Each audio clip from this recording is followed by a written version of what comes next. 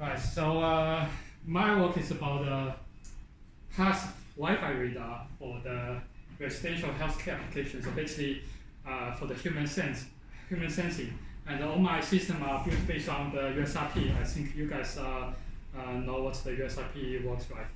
So it's based on one type of the SDR system. So this is going to be my start. I give some introduction about the passive Wi-Fi radar, then the signal processing, and then the applications and the summary the last. I will give more the application things because the signal processing part is quite just similar to the normal passive radar system. So I'll be more about the application stuff. So firstly, the introduction is currently we have lots of types of the techniques for human monitoring. And for example, there are the wearable sensors like the chest belt. You put all on your chest and to monitoring your breathing, chest motion. And you have the ECG and also the accelerometer. Basically, it's like the watch. You got a accelerometer and the smartwatch and the smartphone. So those are like something like this. So that's the chest belt. This is you put this in your body. That's the hospital, what they do for the ECG, for all those heart rates, something like this. And we also have some non-contact sensors like the ultrasonic sensors and the camera, obviously, and the camera is a very good one. Also the infrared sensor. So this one, infrared sensor, gives you the thermal image. So this like this. So basically, the ultrasonic sensor is pretty much the similar principle to the radar system. So basically, you transfer ultrasonic wave and you receive ultrasonic wave. And the camera system is like this is a very popular camera system used. This is the Xbox Kinect. I think something you may know this one. So they have some deep sensor cameras here and the vision cameras here. And if you so this one basically they give you like quite good resolution and very but it's good resolution, but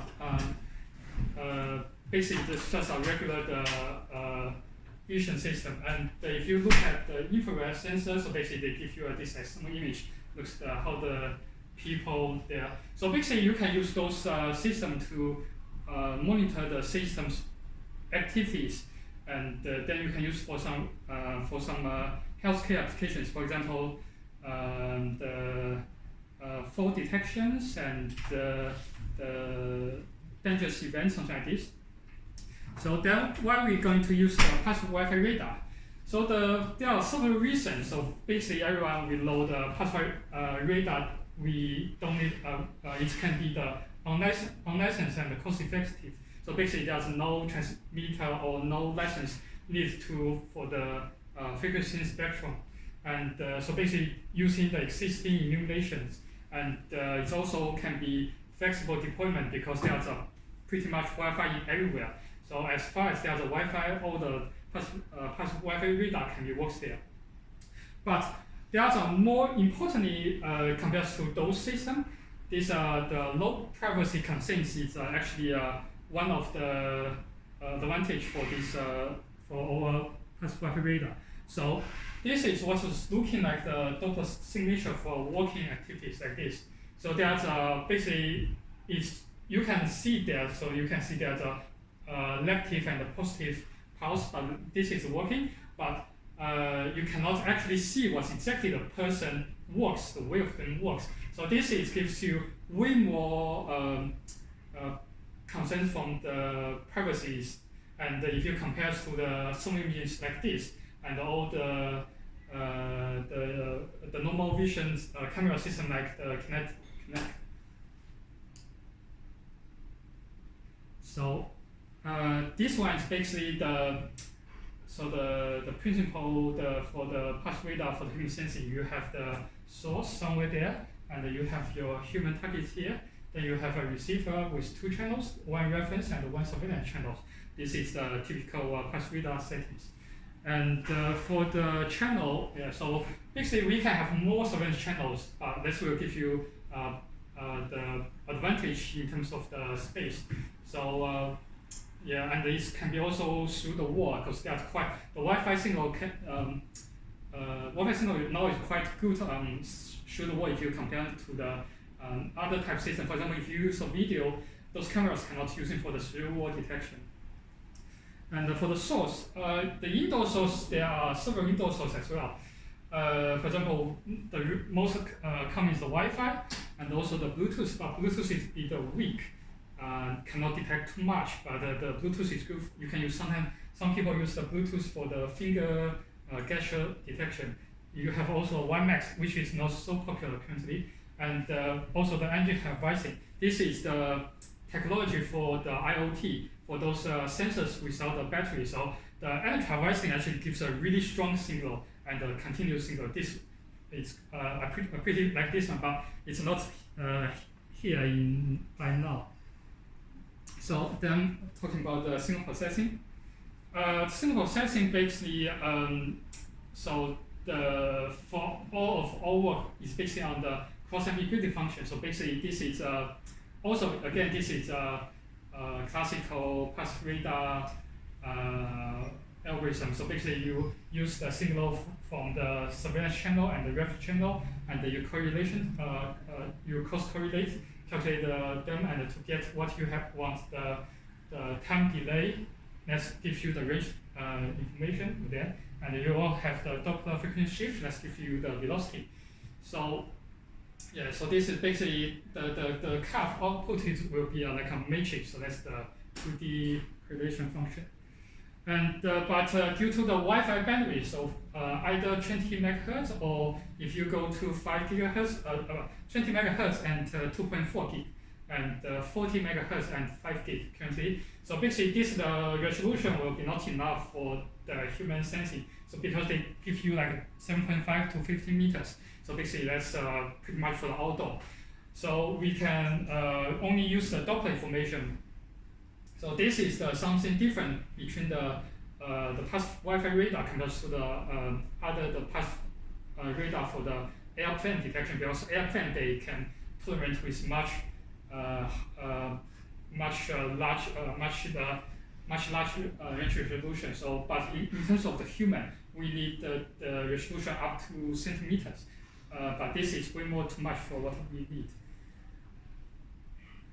And so also the major interference for the passive radar system is the direct signal from the transmitter, and because this will generate a really huge pulse, and which will pretty much covers all the. Sometimes you cannot detect your target.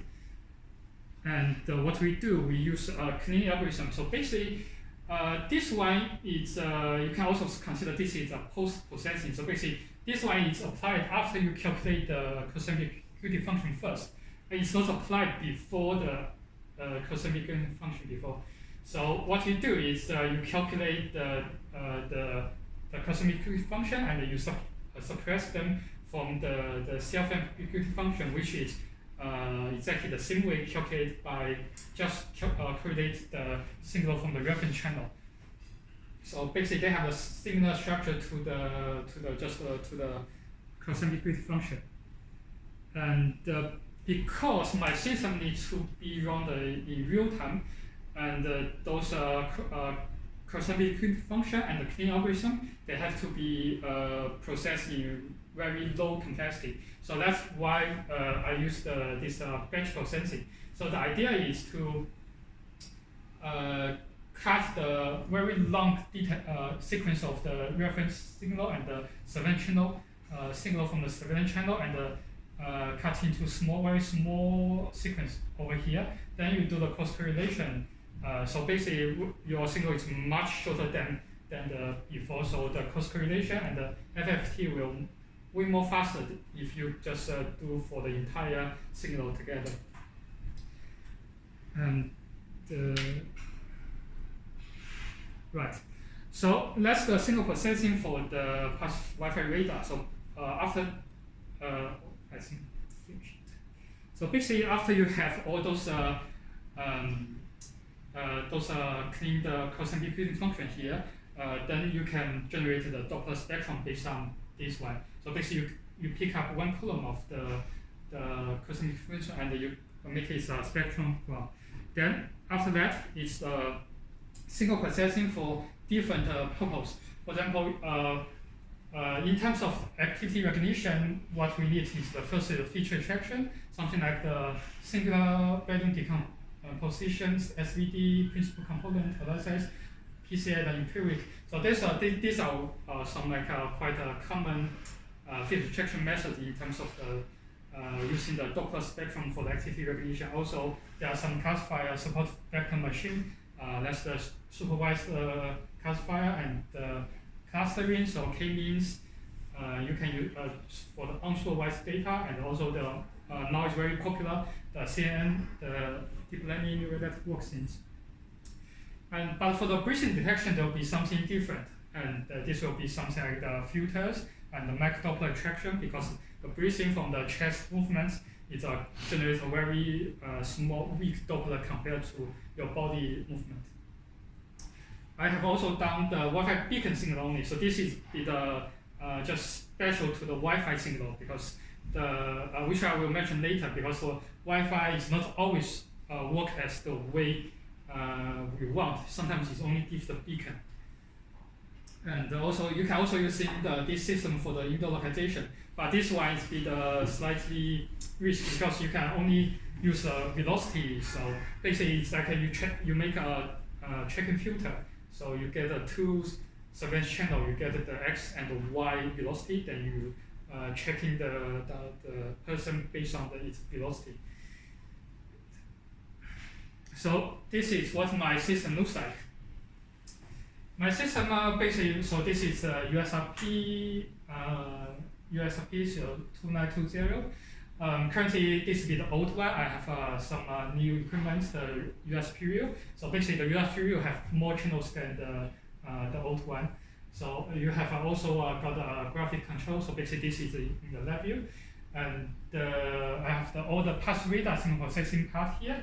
So you have the cross-semi gain function, interference cancellation, spectrum generation, plus the motion indicator. So those are right inside the lab view. And for the function for each different applications, they are right either in the MATLAB or in the Python. So basically, these are feature extraction and SVR. They include lots of the machine learning things, which has to be done in this way. These two, they are basically done in the lab view. So these two should be in the lab view, and also have the filter for the tracking filter for the indoor localization. That's in the MATLAB as well. So this is how the graphic control center looks like. So basically, this is the if you use the system, you have all those things. You got the cross-sensitivity function, the original, the cleaned one, something like this, and some button to control it as well. Yeah. So this is the lab view one. It's a good one. So let's talk about applications. So I have three major applications I built. They are the breathing detection. So basically, use the passive Wi-Fi radar to detect the chest motion, and also have the physical activity recognition. So this have, I say, no real-time processing because of the classification process. And also, if you think about it, you have the Wi-Fi signal in your home 24 hours. So why not use this as a long-term life pattern monitoring? So that's another way to use the Wi-Fi signal in your home. So basically, you can monitor how your lifestyle looks like. So I will give an example for those three ones. So this is the experiment layout for the breath detection. So basically, I have a device transmitter here, and I got the ref channels here. This is the USRP. This is the 7th channel, and that's me. And this is what's the respiration belt. So basically, you put on your chest, and when you breathe, you just check the sensor inside, and this is the lab view runs here.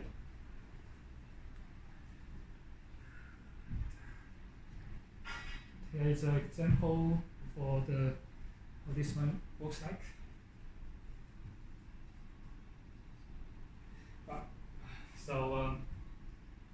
yeah, you see the curve here, those upside down, is correlated to your velocity of your chest motion. So basically, you see your chest motion move forward and backward over here, and the sensor is over here. So basically, so basically this is an antenna. Normally, I choose the directional antenna. It's basically just directional is good.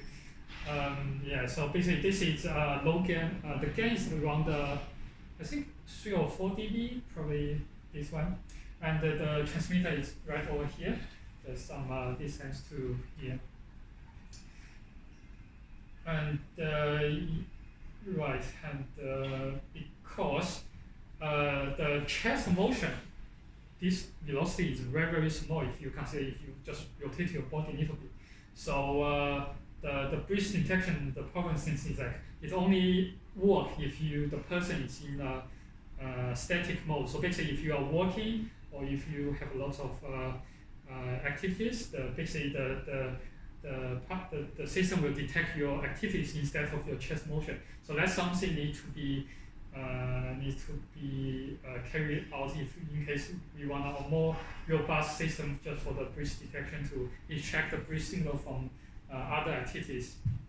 Right, let me just make it quicker. So yeah, so you can look at the more closely of those how the measuring of this. So this type of system has an advantage if you consider some people if you compare those ECG system in the hospital, they put those sensor on the body. So basically, this type system don't need those type doesn't contact the body. So that's the good thing for it. And yeah, sometimes you got some more deep of the Doppler because of your body movement. Sometimes happens. Yeah. This is how I work on to get the breath signal. So that's the Doppler spectrogram I get from the breath signal. So basically, because the chest motion is just too small, so basically you cannot see very much. Then I use extraction method based on the Doppler power. Then this is what I get from here. And then just using a filter to denoising the breathing signal, and the S3 filter or those average mean, something like those filters are working. And this is the signal collect from the chest belt. So if you compare those two, so they basically give you quite a good match up. So these are the signals I measured from different distance. So these are 20, 40, 60, 80 to 100 centimeters. So between the person to the antenna. And basically because this system I make it quite like 2-3 years before. So it's at that moment it's up to 100 centimeters. So basically 1 meter. And then if you want to get what's the breathing rate of the person, you just do a simple FFT, you get your frequency over there. So for that system, yeah, it's just up to 1 meter, and then it's got some slightly errors here, and makes slightly the signal bit not so good, so clear as before. Then next one, talking about the physical activity recognition. So basically, this one will be involve all the activity for the human. So the system, the area will be much larger. So basically, there's 5x5 area with the furniture and all other things around, and you got the surveillance channel to the focus to the person, and the reference signal to the source. Then it goes to the computer.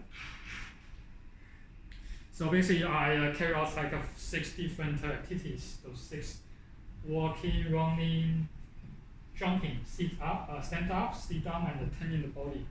So then got the Doppler spectrum like this. So you see, if you're walking, they have like this, but if you're running, you have a higher velocity. So you got a higher velocity compared to the walking. And if you are jumping, because it's relatively low short time, but it also gives you quite a higher velocity, but in both domain.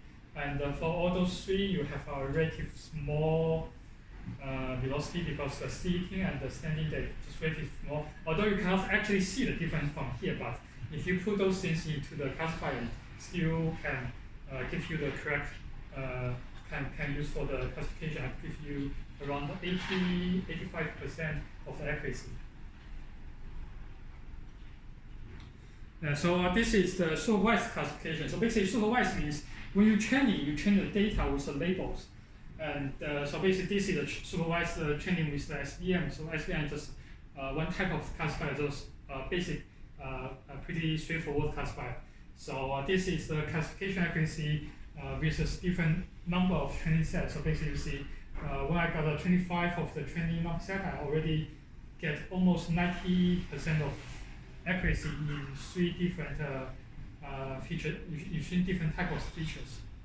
So it could be getting higher if you're using the those CM or the neural network, because neural network gives better one than those machine learning classifiers. And here also this one is another type is like I measured the data from three different volunteers, and this is this is what I do classification the accuracy for each volunteer, but you're only training the data from the another volunteer. So basically, I training all the activity data from the volunteer 2 and 3. Then I test the data from the volunteer 1. So they still give okay. The accuracy is okay. It's about 80%. It's slightly lower than this one, but this one still works more or less fine. Also, I have also done some work on the unsupervised classification results. So basically, they use the k-means, those are clustering. And also, I prepare my own way of the likelihood matrix. So basically, these are the three type of the features I used before, and then I use my own the likelihood matrix. They give better result than those three. And because this is working on the k-means, so unsupervised. So unsupervised is always worse than the supervised learning, because unsupervised you have no training data. So basically you have not the system doesn't know which data belongs to which data. So they have to calculate by itself. So let's have only the best will be around 80%, but for those old features only around 60%. Then this is what's the problem challenge from our real, from the everyday problems. So the Wi-Fi system, you can actually think about they have two states. So basically you have the one of I call it transmission state and the one is idle state. So what's happening in the transmission state is basically like if you download some videos or you watch from the YouTube. So basically, your computer will keep download the data, download from the internet. So for what your spectrum Wi-Fi system will work like this. So basically, you get your signals all over the bandwidth. So basically, this one gives you really good performance because you have a signal in most of cases. But somehow the problem is it's like this. It's like you not always download the file, the movies or watch the YouTube. So sometimes your system will only get like this. This is what happens when there's no internet no internet to download or uploading. So you only will get the Wi-Fi beacon from the access point from the router basically. So those are Wi-Fi beacon. They are really sparse signals. So basically. They are if you don't do with some more advanced signal, you cannot actually just use those signals for the human sensing. So let's I have also there's a system just focus on use this very tiny beacon signal to do some very basic activity recognition. I think currently, so basically those beacons is around, if you think that they are like only 0.5% in the entire bandwidth. So which means you only get like this 0.5% to the signal can be used for your system. So what I do, I synchronize all those Wi-Fi beacons and take them out, and then do the cross-degree function of those beacon signal only. And it's not good as this one, but I can still get something. I can still get some regular activity data from there.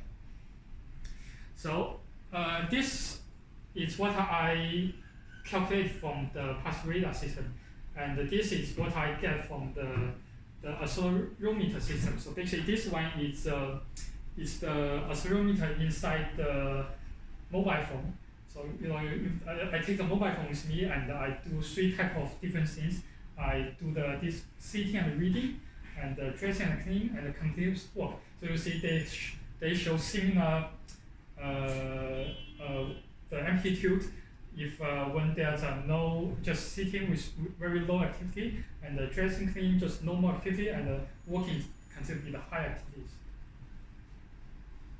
So if you then I compare the performance from the accelerometer and to the pulse radar.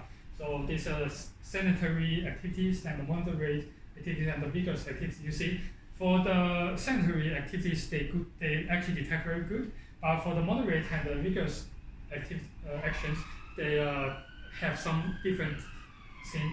They have several different detections, because the pulse radar detects whole body, but the accelerometer just detects part of the body. It doesn't detect of your arms work. So, but it still gives almost similar to each other.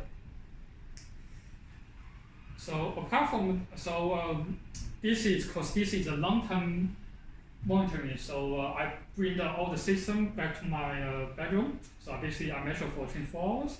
I put the system right over here on my table. Then I live in my room just freely, just as normal way. And this is what I measured. This is all these are the activity index, which is calculated based on the Doppler power. So I have the sleep for the first day. I sleep on around 12:21 in the first day. Then I wake up and 9:20, bit lazy because it's weekend, and then leave home. And also because I know what I'm doing by myself, so I know from my leave home and back home this period there should be no activities, but there's some Doppler from others. I think it's probably because of labor, because I share a room with my friends. I think should be these activities. And also, when I back home, I have a dinner. You see, when I have a dinner at 7:12, there's a peak over here, and I finish the dinner. I back home again and sleep again at 11. So 11:30. So basically, this one can give you pretty much the image what for that day what it looks like. So basically, as soon as you get a Wi-Fi signal inside your room, everyone you can get this one. Very simple. I mean, and plus this one, I just use the Wi-Fi beacon signal. It doesn't need you to do anything on your router. So this one pretty much gives you although it's sometimes not really accurate because it's a Wi-Fi beacon, but it still gives you the roughly image what your lifestyle looks like. Okay, the summary is like there's lots of healthcare applications can be built based on the pulse Wi-Fi radar. So like the breathing detection, the activity recognition, long-term monitoring, also the indoor localization. In terms of the velocity, you can also build on those. And those results can show us for the future healthcare applications, this type of Wi-Fi system, or we can say the RF sensing, is actually going to be a very important things we can use actually for our smart house. Of course, there are several challenges for us.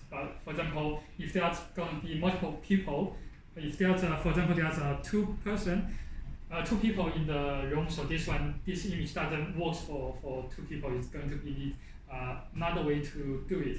So that's the challenge for this type system.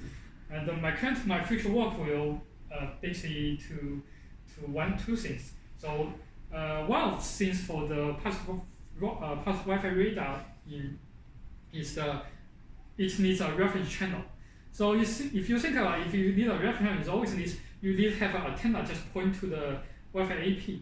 And if that channel is not stable, which means your entire system will be not stable, because all my systems they are based on very stable and stable of the reference channel. Basically, the antenna is very close to the Wi-Fi AP, the router.